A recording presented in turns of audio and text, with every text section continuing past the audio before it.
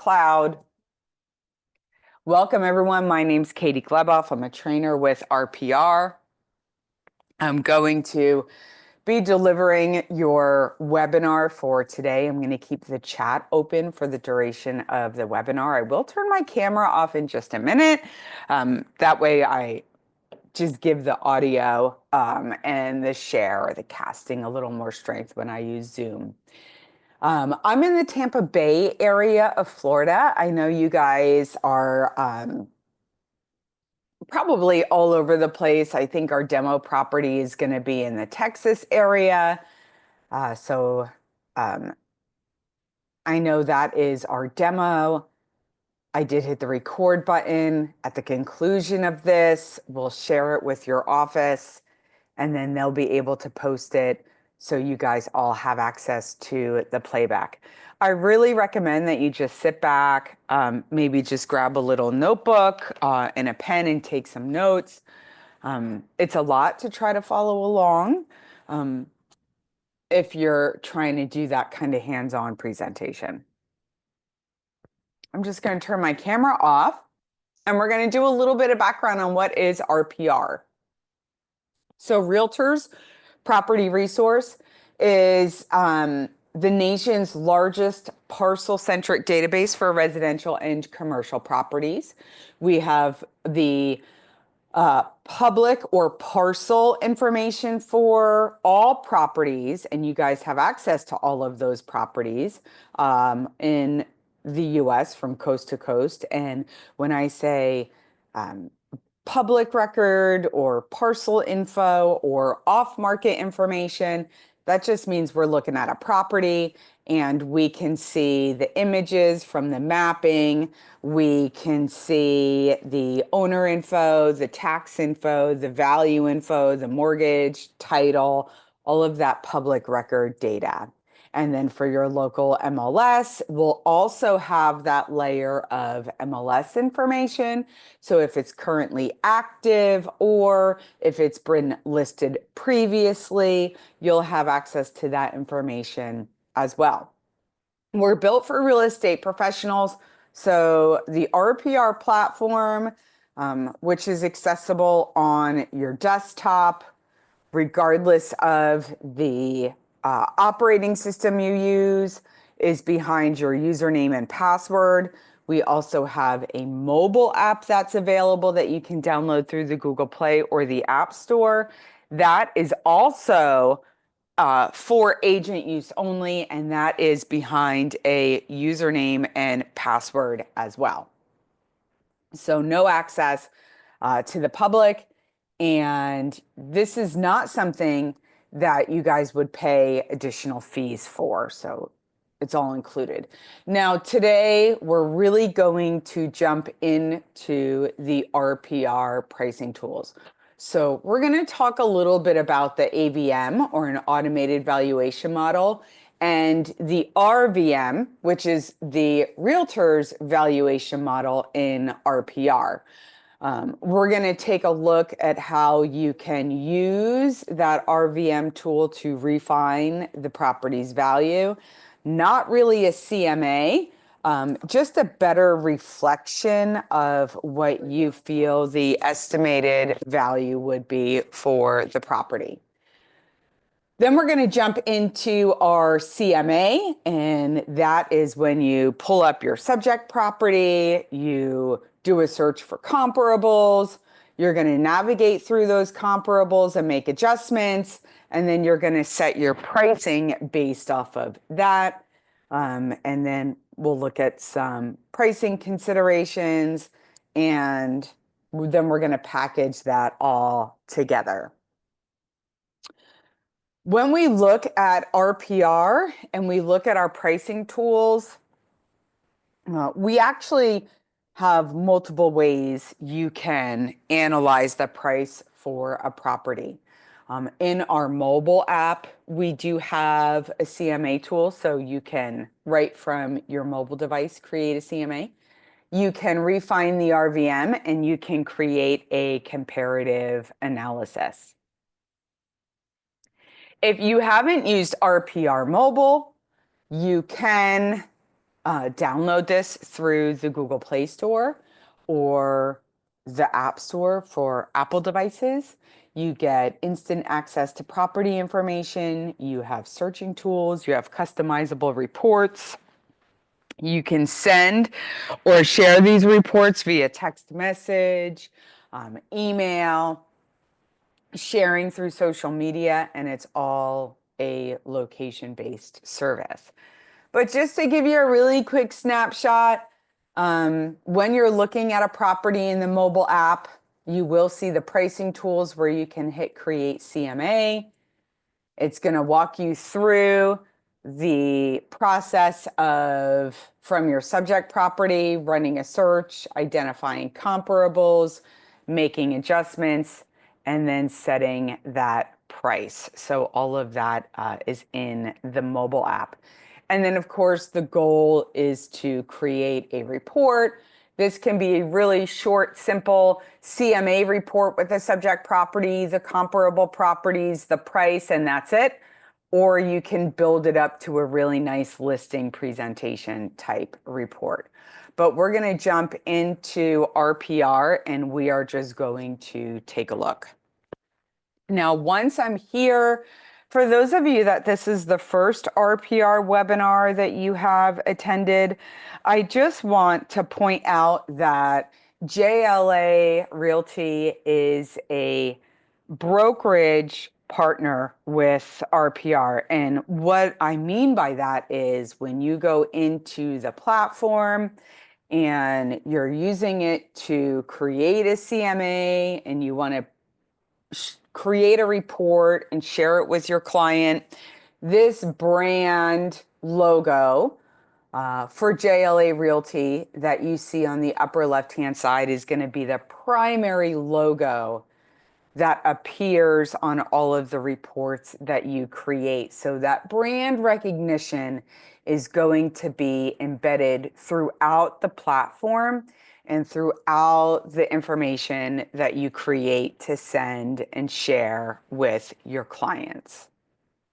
So up to this point, before I pull up a subject property, do you guys have any questions on what we're going to cover in today's presentation? You can use both the chat as well as the Q&A on the Zoom control panel to ask questions at any time throughout this presentation. Now, right from the RPR homepage, you do have the ability to type in a property address. If you are going to pull up a listing or pull up an off-market property. If you do not know the owner's name, you can type in the zip code that the property is located. You can type in the street name as well. We have a more filters here, and under our more filters on the lower left-hand side, you can search by owner name. So there are multiple ways that you can pull up a subject property. Now, right from my homepage in RPR, I'm just going to close my filters. I'm going to scroll down, and just below the map area, you are going to see a couple of property cards. These are going to be your current listings, your saved properties, recent properties that you've looked at, reports that you've generated, and property notes, as well as saved searches that you have. So I have a saved property that I'm going to go ahead and use for our demo today, which is off of David Glen Drive in Friendswood, Texas.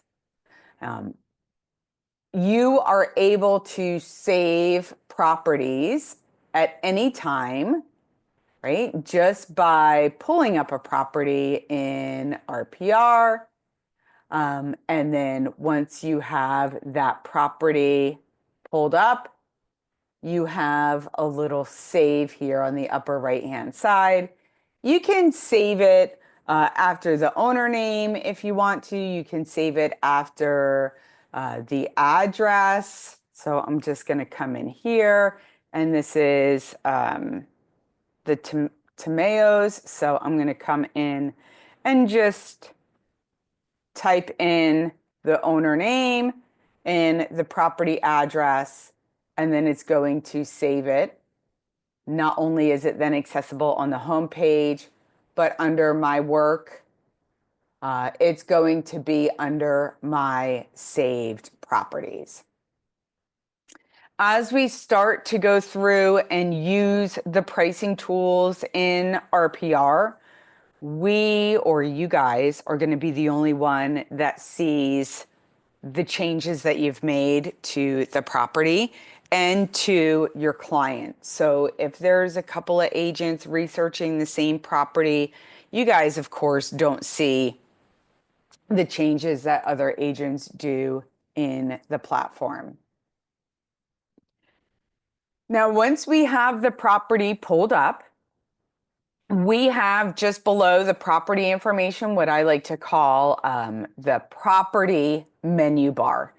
And the property menu bar is just going to give you all of the property information, all of the information for the location around the subject property, the market trends for around the subject property, our pricing tools, which is refining the value and creating the CMA. We get neighborhood demographics, and then we have my updates. And my updates is just a section that you can build upon in RPR, which allows you to add property notes. So I can come in here and say, this is, they're looking to sell.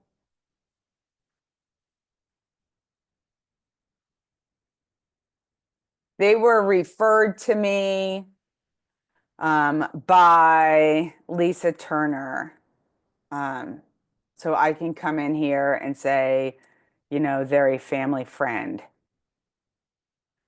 So I can add this info into RPR just so I can kind of keep a record. These notes can be private to me, or I can share them with the property owner when I'm creating a report. And you'll see each note is dated. We also have the ability to upload photos. And then these photos you can also make as the report cover. If you are going to create a presentation, you just select add photo. It's going to pull up the dialog box on your computer, which allows you to import JPEG or PNG files from your desktop. We also have a net sheet. If you're going to utilize this within your presentation, you can't really customize it. You're just tabbing and typing the information into the net sheet. I'm going to go back to my property information page. Any questions about the menu bar for our property? If not, we're going to keep on going. You will see under our property information, we get a little bit on our subject property. We get the basic facts. All of my pricing tools are right here front and center below my property photo. And then because we're looking at a property that RPR considers off-market public record, that just means there's no listing information current for the property. So we are looking at public record data or parcel data where we get public record facts. And this is information from the tax collector, the local clerk of courts, the property appraiser. So we get public facts like building area, garage, pool, heating, cooling. We can add our own information. For the property, we have another section for notes. We get the interior features. We get the exterior features. We have the legal description that includes like the census tract, the legal description of the property. We have schools. We have owner information. And then you'll see when we continue to scroll down, we have public record history. So when you're looking to validate property information, you can see the deed records for the property, which includes any sort of sale, transfer, property going into a trust.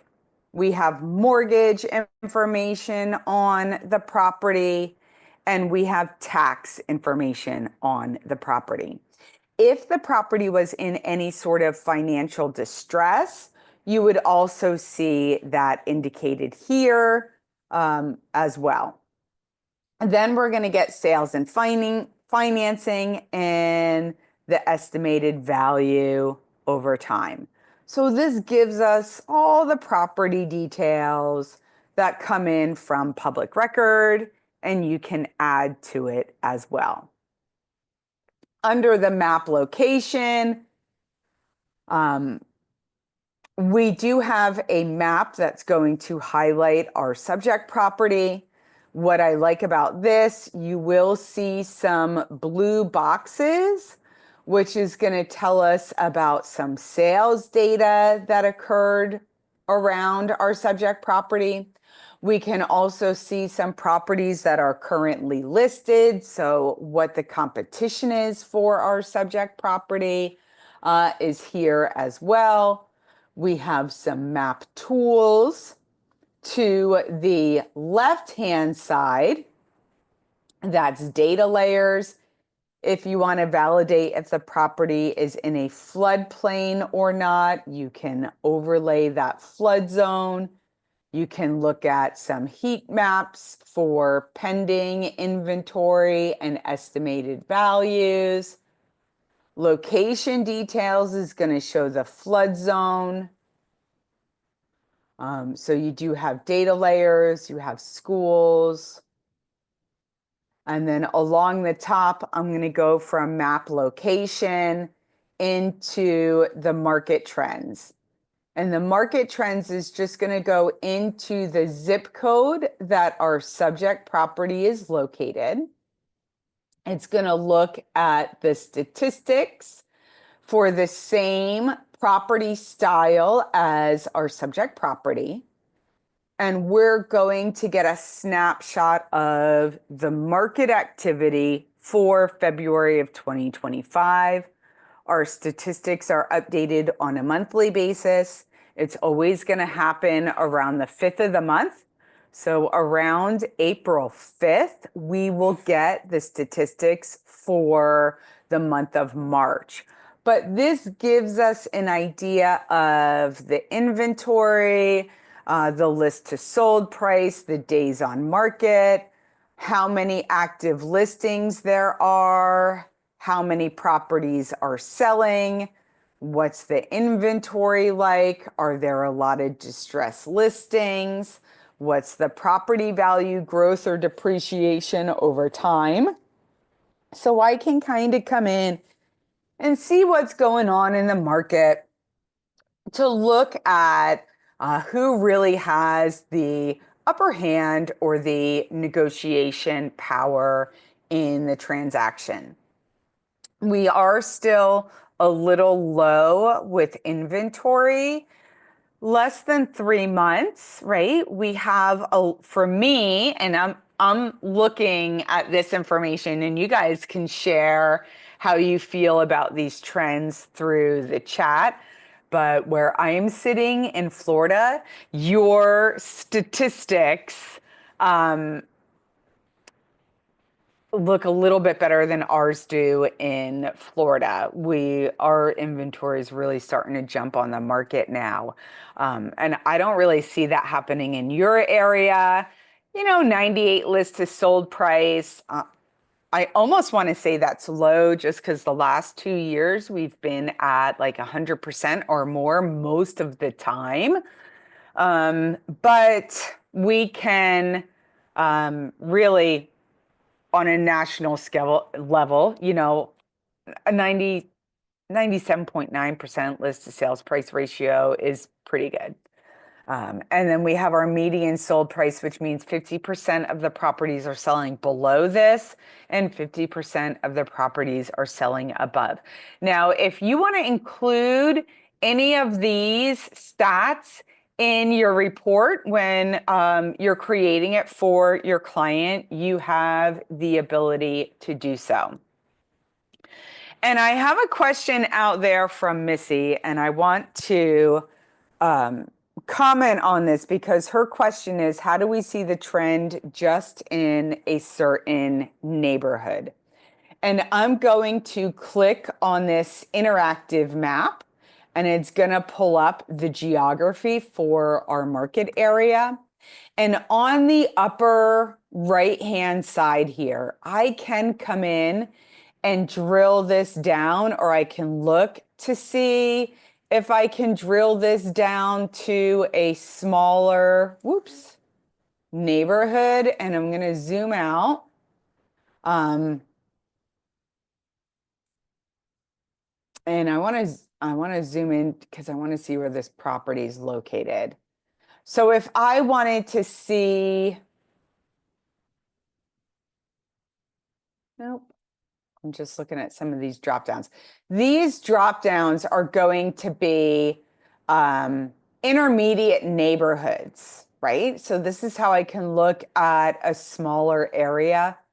But the thing that happens when you start getting into these intermediate neighborhoods or these smaller areas of information, you lose property quantity, right? So if I come in and I really want to look at a smaller area, I lose my metrics. And the reason why I lose my metrics is because I just don't have enough inventory in that small of an area. So if I'm looking at a market and it's something like a zip code, I have plenty of listings to get a picture of what's going on in the market. If I'm looking at a neighborhood or a subdivision or a condo building or a small complex and I'm only looking at 130 or 150 homes, there's no inventory. And if there's no inventory, we can't tell you what a median, a average, or a low or a high value would be. Does that make sense to all of you and to Missy on why you may not want to go too small for an area? You just lose that data. Okay, so we're going to jump in. I'm going to go back to my property information, and we are going to look at the RVM details. And how the RVM details can be almost that first line of defense in your pricing. Now, through the chat or through the Q&A, or you can raise your hand, how many of you sit down with a potential seller and now it's even a potential buyer, and maybe you ask them, what do you think your home is worth? And they tell you that they looked on Zillow and they think their home is worth, 200, I'm going to guess 285,000, right? I'm going to show you live right now. So I'm going to come in and actually just copy this address. And I'm going to go up to my browser and I'm going to open a new tab, right?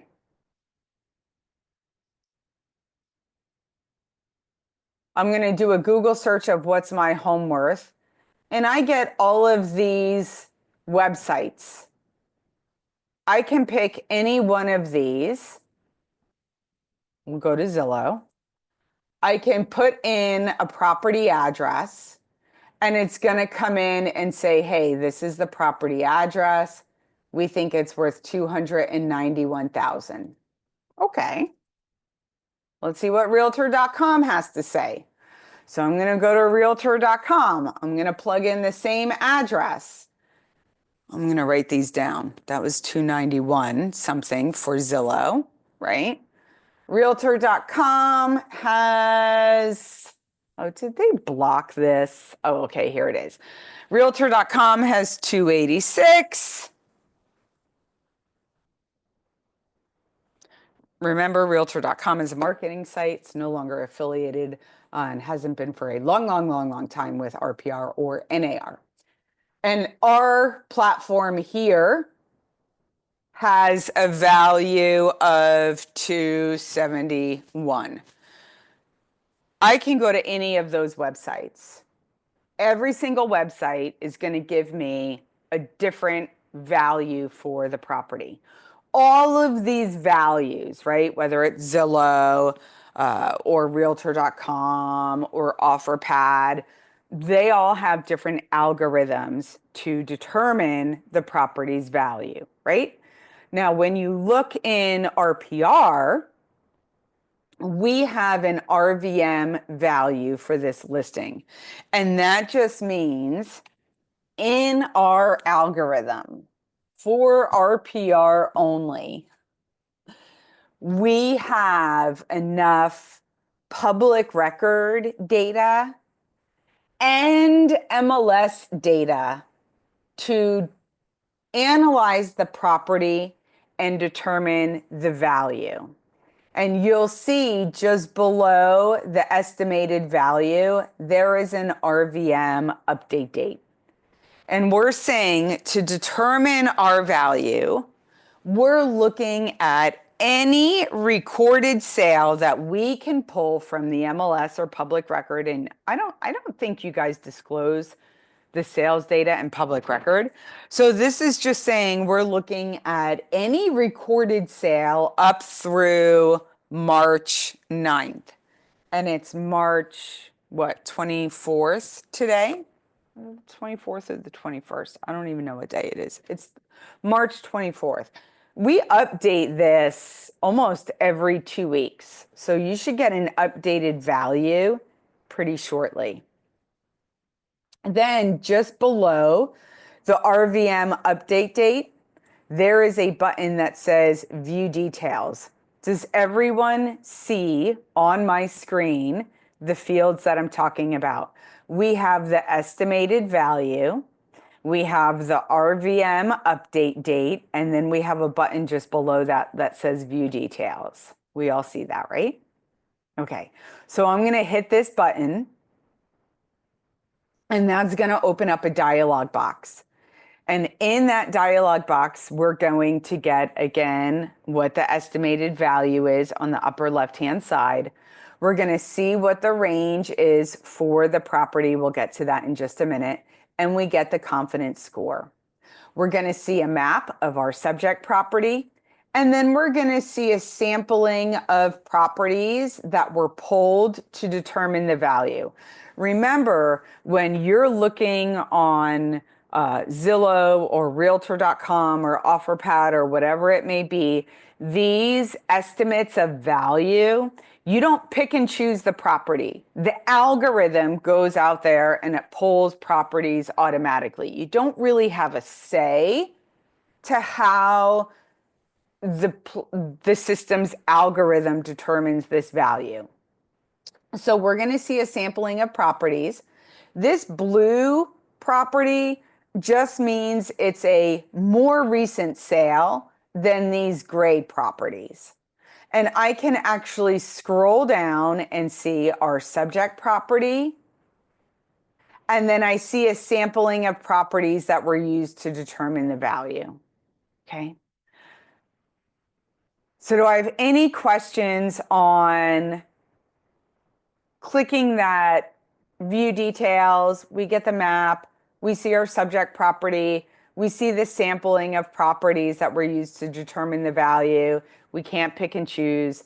The algorithms determines the value based off of its algorithm. All I did, I got that question, how did you get here? I hit this little view details button and that pops open and gives me the page. And then you'll actually notice on the upper right-hand side of this dialog box, there is a print button. So if you like this and you want to use it, whoops, let me go ahead and just cancel out of that. If you want to use this in your algorithm, you do have the ability to come in and you can PDF it.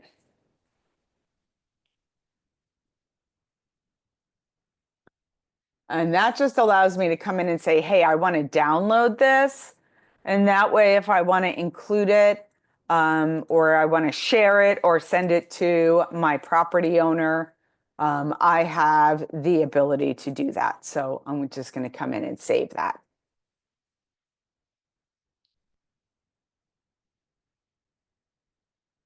Now I want to get into breaking this information down. So when we look at this RVM value, it's 271,000. And that just means if the property that we're looking at is in average condition to the sample of properties that we're using or to the homes that are of similar size, the property's value is 271,000. So it's really looking at sales data and it's looking at property characteristics, location, age, beds, baths, square footage, tax, all that stuff. If this property, and I'm just going to play a game, right? Because when you're pricing out a property, there's so many different scenarios that you can have for subject properties, right? You can be looking at a property and maybe the property owners are a little on the older side. They're looking to downsize. This was their family home. They've owned it for 20 years and they haven't updated it in 20 years. So although it's a nice home, it just doesn't have the updates that some of the neighboring properties have done over time. And because of that, a buyer may walk through and say, gee, I got to update the carpet. I got to update the bathroom. There's 1980 Laura Ashley wallpaper in there. Like the kitchen's Formica. It's just not up to date. That can bring the value down, right? Maybe it's these are property owners and maybe they've owned it for, in this scenario, it looks like maybe they've owned it for like 8 years. This was their starter home. Although they bought it, maybe they did a couple of updates, but they did them all on their own. Or maybe they used it as a rental and there's a lot of wear and tear. So every scenario is different. There can be property conditions, there could be market conditions, there could be neighborhood conditions that take away or add to this value. Because of that, we have a range, and the range is just saying that we have similar properties that have sold as high as 292. That could be because of the condition. And we've also had similar properties sell as low as 294. So if it's, average, we're kind of guessing it's right around here. Then we have the confidence score. And this is really what kind of comes into play with these values in RPR. The confidence score is saying, hey, when we went and identified similar properties, right? And I'm going to come down to this list. I'm going to click on a similar property in the RVM. I can click on the address or the property photo. it's going to pull up this property and it's going to say, hey, we had this property closed in January of 2025 for 293. So I'm going to scroll down to the estimated value. And I'm going to go back 3 years. And I'm going to come in here and see that in January of 2025, the value was 289. And in December, it was 282. I'm guessing that was probably around the time it was listed, right? It was listed for 289 in November. And I'm going to scroll up and see that it sold for 293. This property sold within 10% of the RVM value for the property. So what that confidence score is looking at is when we take a sample of similar properties,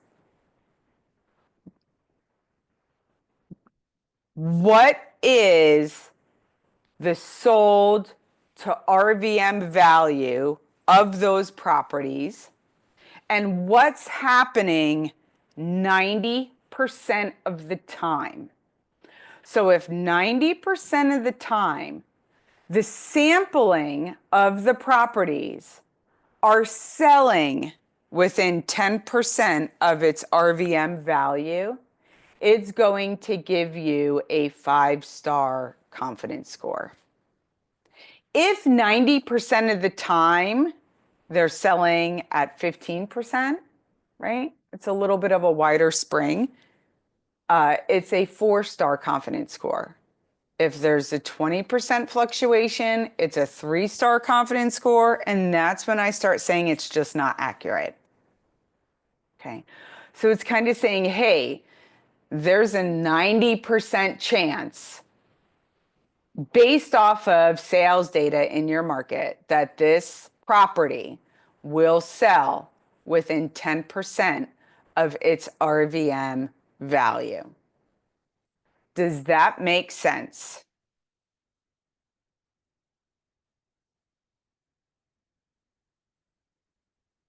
And then Rudy had a question, how do those different pages like Zillow or Realtor.com value the same property at different prices? How do they determine that? Whether it's Zillow, whether it's Realtor.com, whether it's RPR, whether it's OfferPad, they all have their own computer algorithms that they tweak to get their value. Who knows what those algorithms are, right? We don't know that.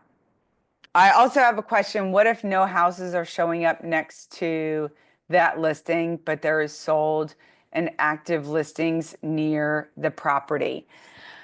If you're coming in here and looking at the RVM value and you're hitting view details and nothing's coming up in this window, and you know there are sales for similar properties that closed before the RVM update date, you can, I would tell you to do one of two things. Come up to the help tab, jump on a live chat, or send an email to our support team and say, hey, this isn't giving me the details on this value. I know there's comps, what's going on, and please report it as an error. It could be that for whatever reason, there's something associated to those recent sales that the algorithm is, or those recent properties that the algorithm is kicking it out, saying it's just not, doesn't meet the qualifications of our formula to be included in the value. So do I have any questions on the RVM?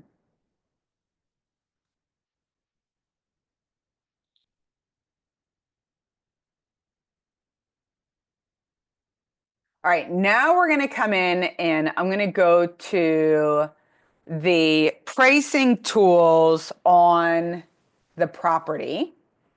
And I just wanted to get 231. I wanted to get the garage square footage, which is 231 square feet because they enclosed it, right?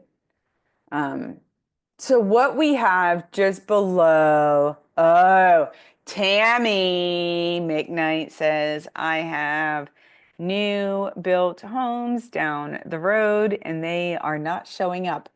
Of course they're not, because they're new construction.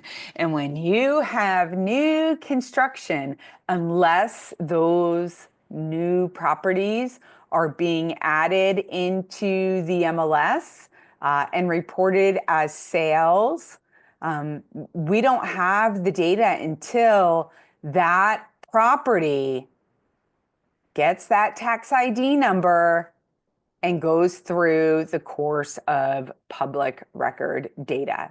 So pockets of new construction, because a lot of times they're going to the developer's sample, they're signing the agreement straight with the developer. It goes from developer to owner.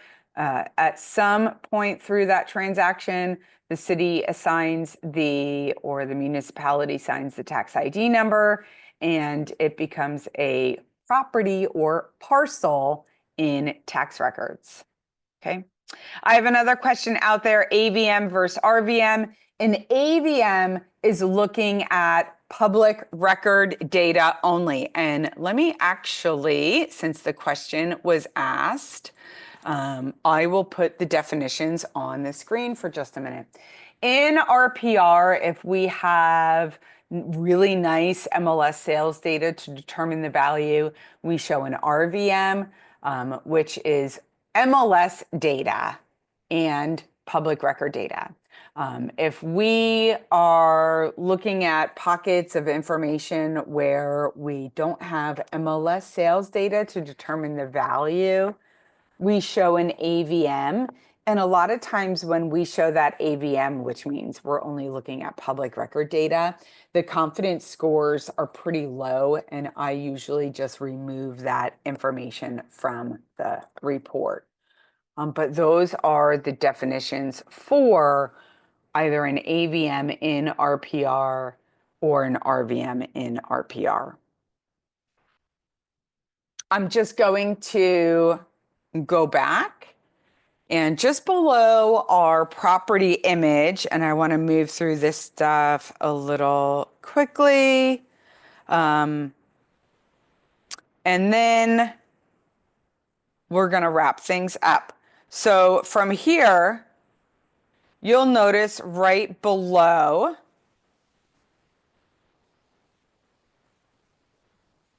the property photo, we have our pricing tools here. We have our sold or last recorded sales price, our RVM value. We can create a CMA and we can refine the value. So I'm going to hit this little button that says refine value. And what that does is it just allows us to come in and say, hey, I think with this particular property, there are certain conditions that apply where I think it's valued higher or lower than what our RVM has. So this just allows you, think of when you're sitting down with a property owner and the property owner says, hey, I think my property, because I saw on Zillow, is worth $291. And I'm looking at RPR and I'm saying the property's value is $271. How can I have that $20,000 discussion with the seller? So I can come into RPR and say, well, there's a couple of things that I want to do for this property. Number one, I'm looking at the estimated value. Public record has the living area at just under 1,800 square feet, but they enclosed the garage. The garage was an additional 231 square feet. So I'm going to come in and say they actually have 2,000 square feet of living area and not the 1,700. That's going to come in and add value to the properties sitting at 242. So you can apply changes like property facts. And all of this, everyone, is for example purposes only. And I'm going to disclose right now where I am in Florida, it is not a standard practice to change the square footage of a property unless they can show that has been submitted to the property appraiser to be included in the property appraiser and the tax collector's taxable square footage, or it comes from an appraiser. We don't really do this. So this is, but they may in Texas. I don't know what they do in your market. I want to show you technically you can do it in RPR. Then you have home improvements, right? Maybe they did a bathroom remodel or a deck addition. What I'm not going to do is add a enclosure because I already came up here and said they enclosed the property and added an additional 2,000 square footage. I'm not going to double dip and say, hey, let me come in here and say they, added, maybe that's another bedroom. I'm not double dipping. But if they do other things like bath remodels, deck additions, garage door replacements, or anything like that, I can add this. If there's any other changes, maybe they paid $60,000 for a pool. At the bottom, there is an other. And you can come in and add the improvement, the date they completed it, and what the cost was. It's going to put it on a depreciation scale.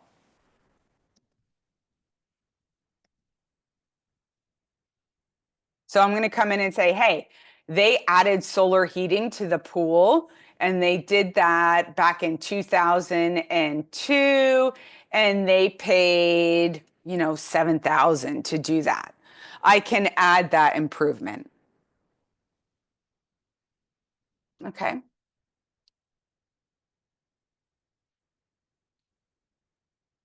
Now I'm going to reset and just erase. Well, we'll go ahead and leave it on there. Now I have refined value by needed improvements. So this is on the other side, right? Maybe you're touring the property and you strongly suggest to the owners that they get a new roof. The roof has not been changed since the previous owner in 2008. And you can visually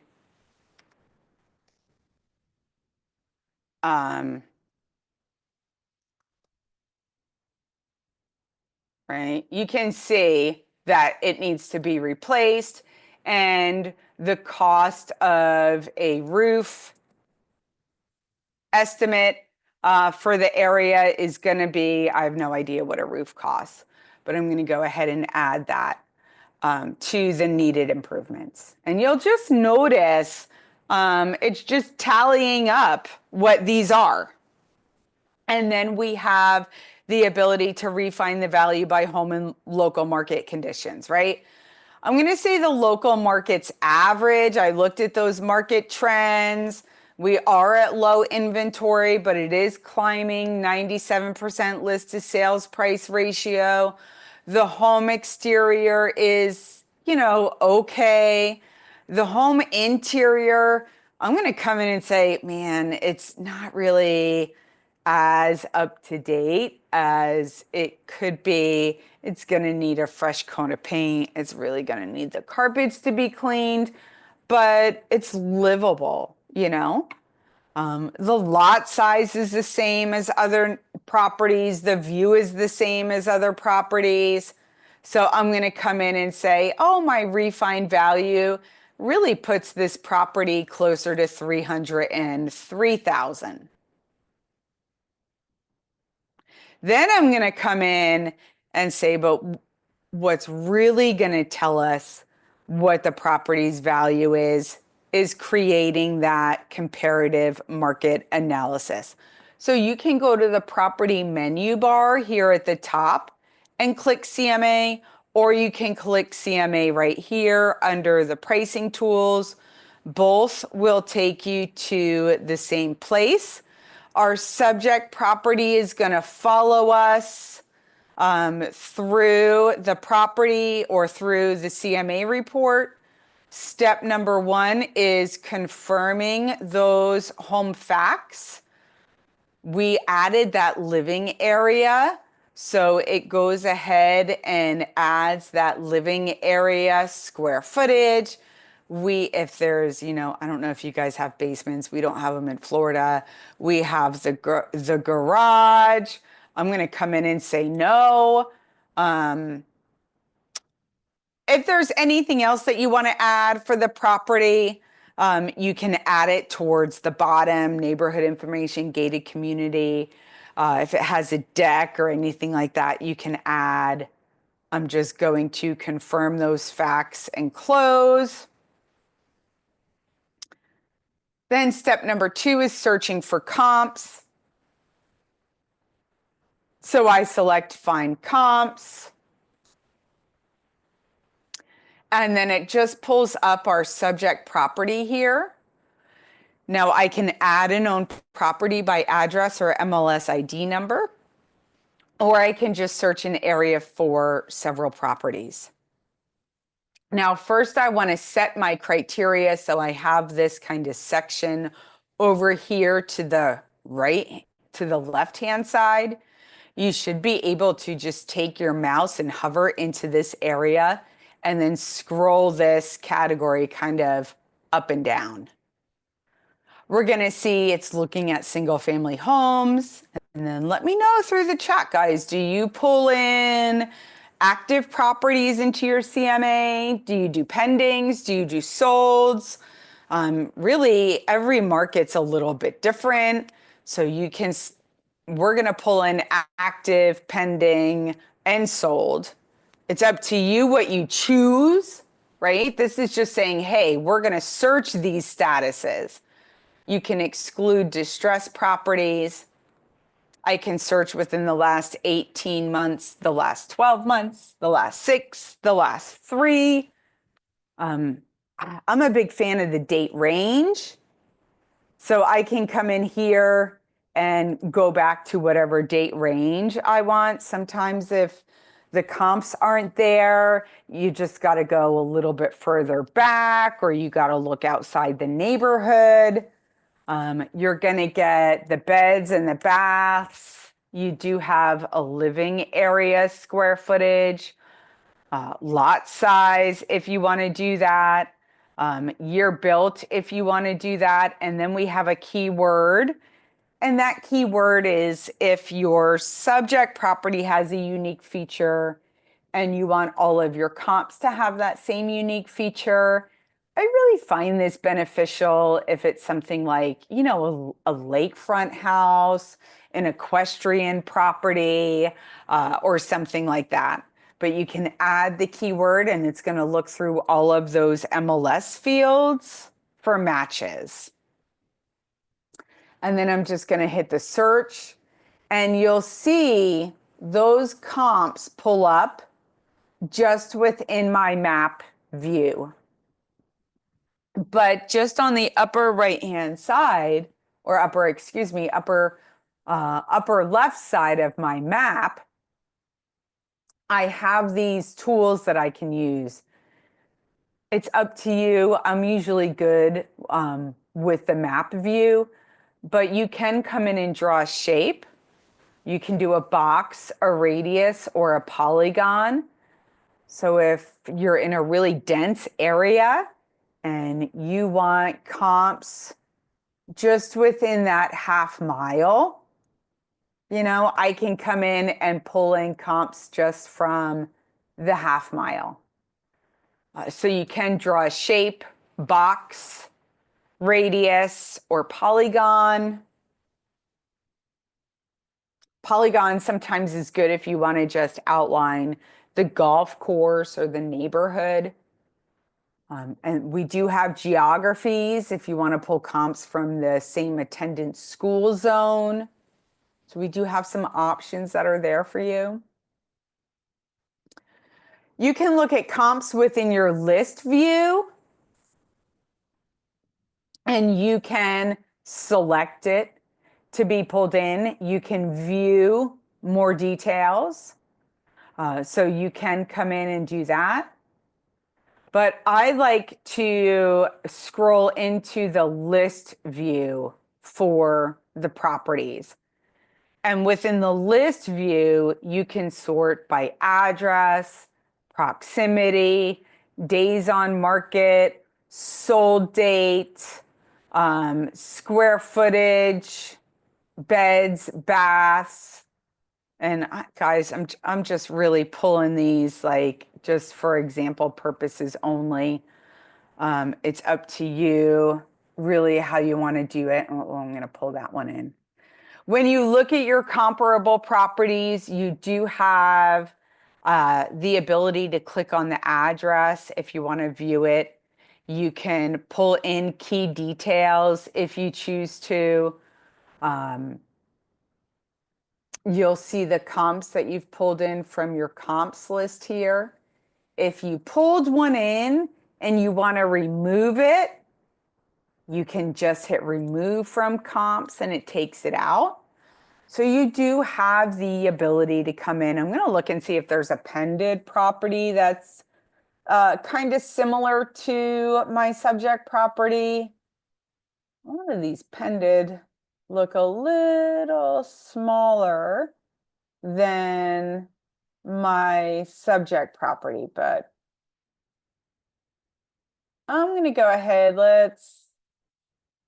Small, but we'll pull it in. What would you guys do? Oh, this is a little closer, I guess. So let's go ahead and add this one. This one's pending. So I can pull different statuses. And then I'm just going to scroll up and update my evaluation and close. I have a question out there, not in the CMA tools, but in the refine value. Could you use to determine the value of improvements to the property and if they are worth the cost? You most certainly can. And actually, I'll show you something. I can show you something else too. On top of that, let me see if I have time. Then we're going to come in, now that we have our properties, it's going to give us an estimate of value based off of the comps. Step 3 is to make adjustments. And this is where we're going to come in. I'm just going to enlarge the photos. I can swipe through these photos and look at improvements to the property that were made, and I can come in and say, oh, this one is way better because of the condition. This one is better because of the condition. And I'm just kind of, they're all really nicely updated here. So I'm just going to say all of these properties have updates, right? And look, I have the adjusted result and we're back down to 281. So you can really come in and say, hey, maybe one of these properties are worse, so it adds value. But these all have updates that our subject property just doesn't have. It has updated flooring. It has nice neutral walls, right? It doesn't look like all the flooring's updated. I can't tell if those look like, then they look like wood, but there they look like Formica. So maybe this is not as nicely updated, as the other property.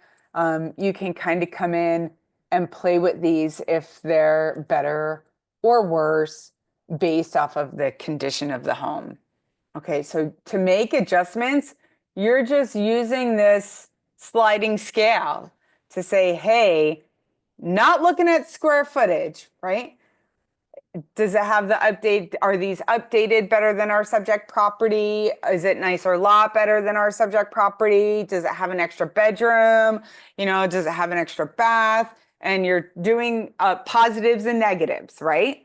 Oh, this one, I'm going to start with the same. This one doesn't have the update, the bedroom count, right? So that's a negative. And this one, though, maybe has a nicer lot and it has a little bit of a more neutral kitchen, so you're just kind of coming in and rating the property compared to the neighboring properties. And is it going to be better or worse? You can add notes. You can come in and say, all of these properties have updates, and our subject property just doesn't have those same updates. So I'm going to update my evaluation and close, and that's going to set our pricing based off of the comps. And all it's doing is looking at the highest comparable price per square foot and multiplying that price per square foot by the square foot of our subject property. Does the same thing for the low. Our result is the average. You can edit this if you want, but I just like to show. I didn't mean to, yeah, here we are. All of that kind of gets lined to the bottom here, right? And again, we're not using, Tammy, we're not making monetary adjustments. You're just looking at the comparable property and saying, hey, what are the negatives for this property and what are the positives for this property? And then you're using that ticker bar to say, hey, this property has 3 negatives, right? And 5 positives. So it's going to get 2 ticks on the positive bar. If it's the opposite, it has 3 positives and 5 negatives, it's going to get 2 ticks on the negative bar. And then it looks at the comparable properties and it takes the highest price per square foot based off of the comps and it multiplies the subject property square footage to get the high end. And then it does the lowest price per square foot on the comps, multiplies the subject property square footage by that, and it gets the low end, and then you have your average. Now, if you want to come in and create a report, you're just going to look at all the data, the images, the map, the market trends, the RVM, the CMA. What info do you want to share with your seller? So we're going to go into create a report. We're going to choose the seller template.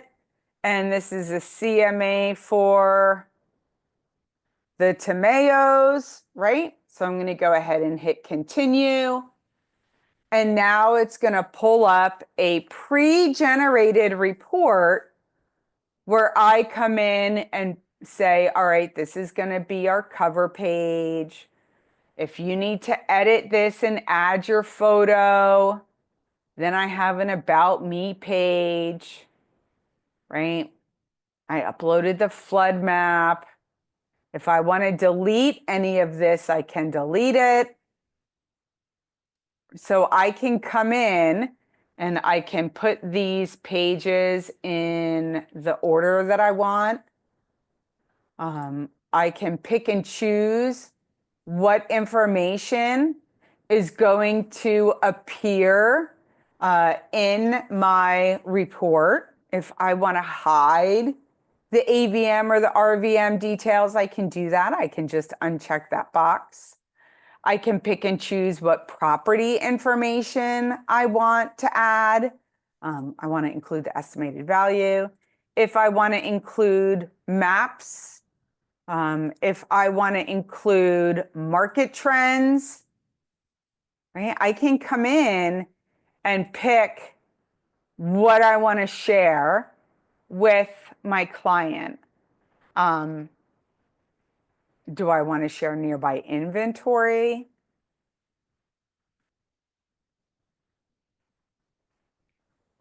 And if there's anything that I want to take out, I can take out, but I can just scroll through this. I want to remove this page. I can delete as I scroll through. I can get rid of the information that I don't want.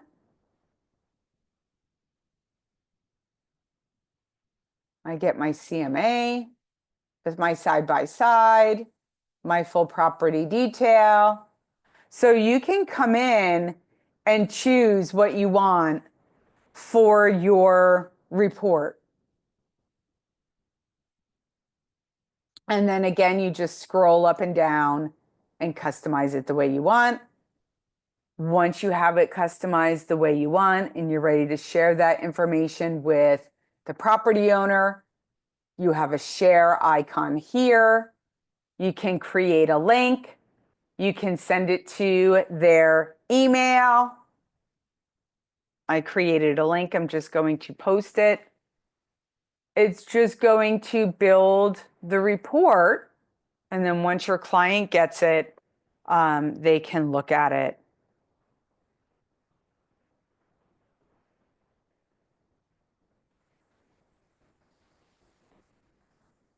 Oh, I don't know why it's taking so long to open. There it goes.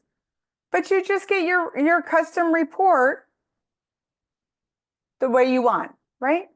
So you can come in and create the info, drag and drop the pages in the order that you want, and it's going to make those changes.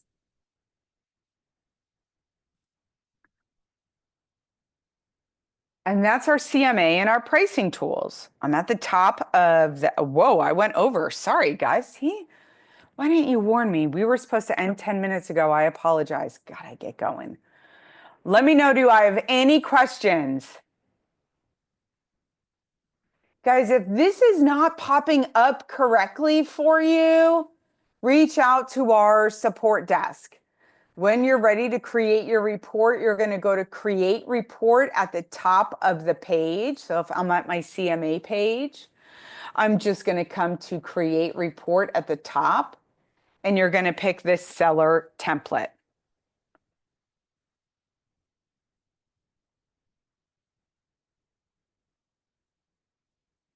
Remember, you guys are going to get a follow-up email from all of this that you can watch the playback. And again, I apologize so much for going over. I know your time is really, really, really valuable.